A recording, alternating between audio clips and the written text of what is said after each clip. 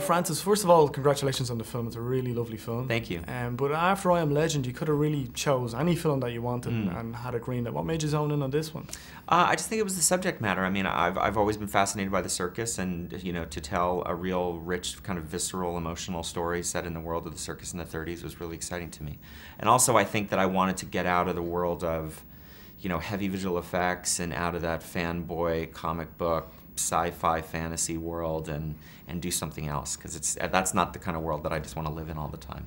You don't see many movies like this anymore. There's a No. real old-fashioned vibe to it. It's rare that studios take risks on movies like this. There's a $38 million budget here. Was that kind of an agreement that had to be made with the studio, had to be brought in under a certain level, even with big star names? Yeah, I mean, I knew going in and when I wanted to do it that it was going to be tricky and risky, and so I wanted to be responsible with it as well. I wouldn't have wanted to spend much more, but we luckily sort of met with the studio at around the same kind of budget level.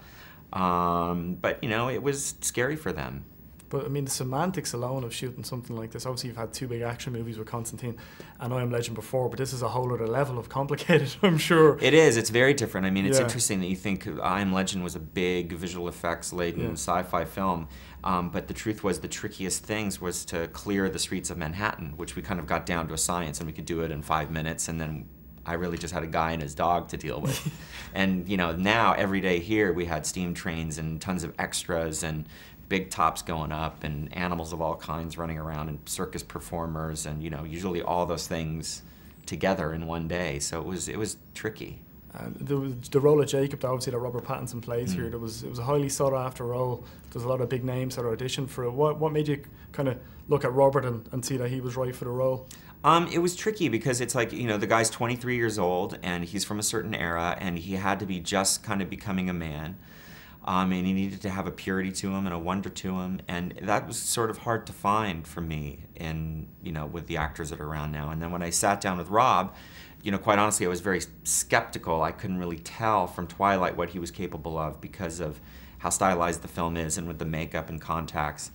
But then when I sat with him, I saw that he personally is a lot like the character, and that I knew that if we could get some of his heart on the screen, he would be perfect. And I also think he's a very romantic actor, which I thought would be great for the movie. There's a real subtlety to his performance here as well, yes. And obviously, with the exception of Hal Holbrook playing him at the beginning and at the end, he's totally on screen all of the time. Absolutely. Is that affability hugely important in the character as well, that you kind of engage the audience? It is, that I think, there's something, you need to, he's our eyes in the movie, it's really the entire movie is kind of through his point of view. He's in every scene and almost every frame of this film. And he's a voyeur for a lot of it too, so I think that it's important that he has that wonder and that purity, and he's able to see the world kind of the way we hopefully do sitting in the audience. And Christoph Waltz as well. Christoph came in quite late into the production. You had somebody else cast. How did that affect the process at all, or were you? No. It wasn't actually that late. Christoph was actually in before Rob was, and there was nobody else cast. I had spoken to another actor about being in. Yes, and had gone back and forth a little bit. But Christoph came in, well ahead of actual prepping for the film. So it was like, everything was normal, and it was great to have Christoph on. He's perfect. I can't imagine anybody else in the role. People are talking about Christoph playing, the bad guy, the Jew hunter in Inglourious Bastards, and he's more of a likable character, and that's strangely than he is in this when it's animal cruelty. But do you think that humanity is important in the role, that little bit of humanity in it? Absolutely. I mean, that's what Christoph and I worked very hard at. We actually have sort of a running joke about this, that especially when I talked to him about his role, we sort of turn the story around, right? And Jacob is actually the villain. And it's a weird way of humanizing it, because here you've got a guy who's built this family and has this marriage and is protecting this business and his family, and here comes this kid who's going to take his wife away and bring down the entire circus. And if you look at it from that point, you start to see the human, and you don't actually judge the guy. Yeah. But we also were well aware of the fact that you're horrible and abuse the animals. Yeah. And people will perceive you in a much different way. The adorable elephant. Exactly.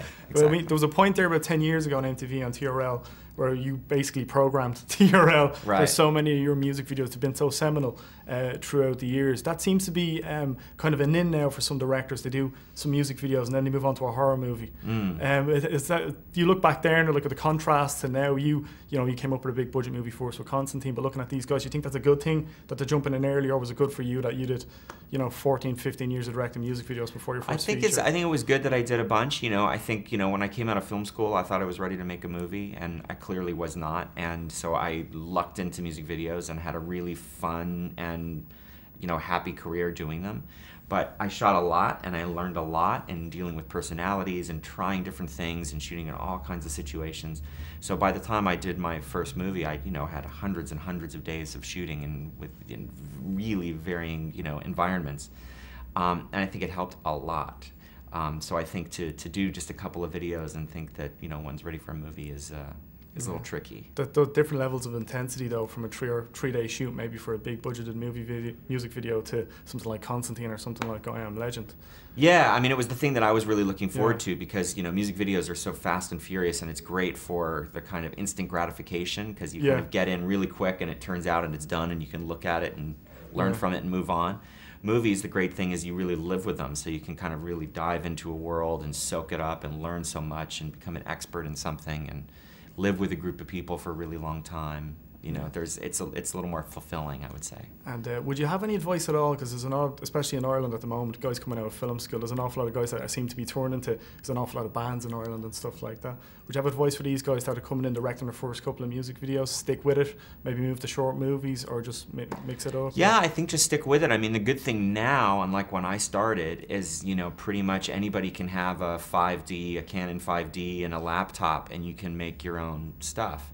Because or your iPhone, by the way. But I mean, you can shoot. You can get a camera for $2,000 that you own, shoot on these little cards, and cut it yourself and make these music videos. I mean, it's so easy. When I started, you couldn't afford film. You couldn't afford 35mm cameras or even 16mm cameras, and I just think you just got to shoot, and build a reel and try and get representation, and you can get work. And it is more difficult to get a job. To make a career in music videos now, because the money's much different. When I was doing it, 7 or 8 years ago, when I was kind of at the height of my music video career, you can make a real living. Yeah. And that's much harder now. Okay, well, appreciate you taking the time to speak to me, Francis. Thank you very much. Enjoyed the